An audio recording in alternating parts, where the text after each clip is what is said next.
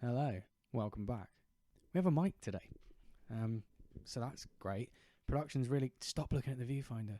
Production's really gone up since yesterday. So this is the first video that I'm going to be doing. Not all of my videos are going to be this. Like I said yesterday, I don't know what they are going to be, but I thought I'd start with this one because I'd wanted to do it.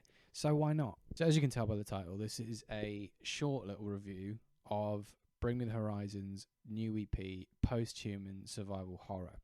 I've been a fan of Bring Me the Horizon since about 2015 is when I first discovered them, just before they released That's the Spirit, which is a great album. And then from there I went into their back catalogue of like Sempiternal and There Is a Hell and all that sort of stuff. I also really liked Ammo, their album from 2019. I thought that was just a really solid album, and it's a great entry level for people who want to get into the band. So Post-Human Survival Horror is, in my opinion, a very all-encompassing EP. It does a lot of the stuff that they've done previously, but better. So we're going to go through it track by track because I wrote notes, because I've actually prepared for this. So wow, would you look at that? Production really has gone up. So, track 1, Dear Diary. This song for me felt like it could have come straight off their album, There Is a Hell, Believe Me, I've Seen It, There Is a Heaven, Let's Keep It a Secret. Yes, that is the actual title of the album. This song was a really explosive intro to the EP, and I'll be honest, I really enjoyed it. I thought the construction of it was great. It was fast paced, it was heavy hitting, there was some incredible growls in there. So yeah, I thought that was a really great opener to the album, and it really set the scene for the progression of the theme of the album. Track 2, Parasite Eve. So they released this a couple of months ago, I think, and it was sort of like the first song that we'd heard from this new project, and I think it was a very smart song for them to put out as the lead single. I guess you can call it a lead single. The lead single will go with that for this project. I think the way this song builds is really impressive. It goes from a very loud intro with that choir thing into sort of almost speaking from Ollie, which is quite cool. And then the chorus really kicks you in the dick. I think it's great. When that song came out, I was really, really excited to hear what the rest of the EP had to offer. That's all I'll say on that. Track 3, Teardrops. I love this song, and I think this was a really great and smart choice for them to release as the song, like the last song to come out just before the release of the EP. It felt like something that could have been taken straight off That's the Spirit, which I think is probably my favourite Bring Me the Horizon album. So that works for me really, really well. The chorus is very rocky, and that's what made me feel as though it could go on That's the Spirit. Perfect song for them to drop just before release. Banging. Moving on. Track 4 is Obey with Youngblood. I thought it was a really cool collaboration between the two artists. Really catchy chorus. The breakdown is probably one of the most satisfying for a fan of Bring Me's older music. So yeah, I thought that was great, and their two voices gel really well.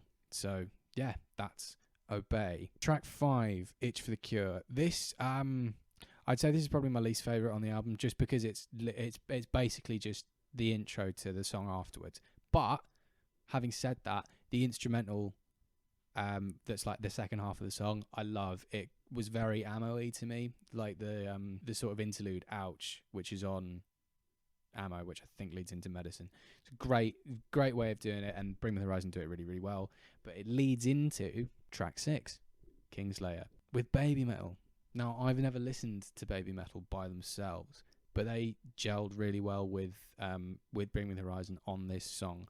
I thought the chorus, with Baby Metal do the chorus, I thought that was really, really good. I didn't have any other notes written for this one, just good chorus. So, yeah, there you go. That'll do. Ollie doing screams as per. So there you go. Track 7 is One by One, 1x1. I don't know how to pronounce it. We'll go with One by One. I like that, One by One, with the Nova Twins. Again, never heard of the Nova Twins before. This song was probably the most rocky on the album, if that makes sense. It reminded me a lot of 3 Days Grace, which isn't a bad thing. I think 3 Days Grace are great, and what they do is really good. So I think this was the most rocky song on the album for me, but it was a really good display of Ollie's singing voice, or his rocky singing voice that he did a lot on That's the Spirit, which has developed a lot over the past couple of years with previous projects. So I thought that was great. And the chorus was really, really catchy. So there you go. I have a thing for catchy choruses, I think. So there you go.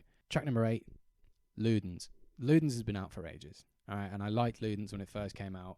It was part of the soundtrack for Death Stranding, the game. Never played it, but song's great. Not much to say on Ludens. It was a banger. It still is. Moving on. And finally, track number 9. I can't remember the name of it because it's long. One sec. One day the only butterflies left will be in your chest as you march towards your death. Wow.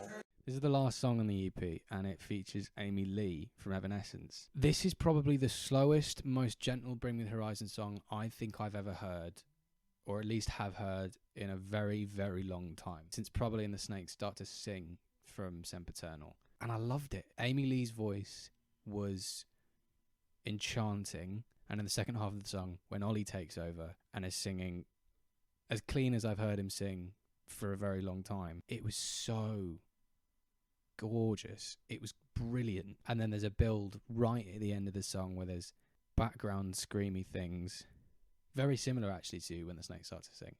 It just ends with that, with a final piano note, and it was just mint. I loved it.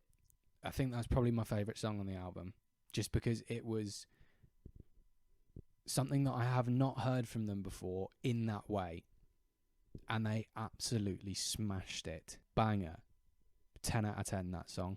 So, overall, I would say that this new EP is fantastic. Post-Human Survival Horror is fantastic, and I would give it a solid 8 out of 10. It covers pretty much everything Bring Me the Horizon have done in the past, so it's a great gateway for new fans and a really good way to keep the old ones around and keep them hooked. As I said in the beginning, they tackle everything they've ever done in this song before, but they just do it better. I suppose that comes with time and experience. The literal bookends of this EP could not be more different. Dear Diary is very much an aggressive, explosive, fast-paced song, whereas the only Butterflies thing, whatever you want to call it, let's just call it Butterflies. Whereas Butterflies is completely on the other end of the spectrum. It's a ballad. Bring Me the Horizon have released a ballad, and not like Mother Tongue, which is like an upbeat synth pop thing. An actual ballad. And I loved it. So there you go. That's my thoughts. If you want to see me do more album reviews, send me some, because I need video ideas. So that would be really great. Thank you. And if you enjoyed this, like and subscribe. Why? Seriously though, if you did enjoy and you fancy seeing more stuff like this, do send me some ideas, and that'd be greatly appreciated, and I will have a look at them. That's it really. Don't know what else to say. Bye.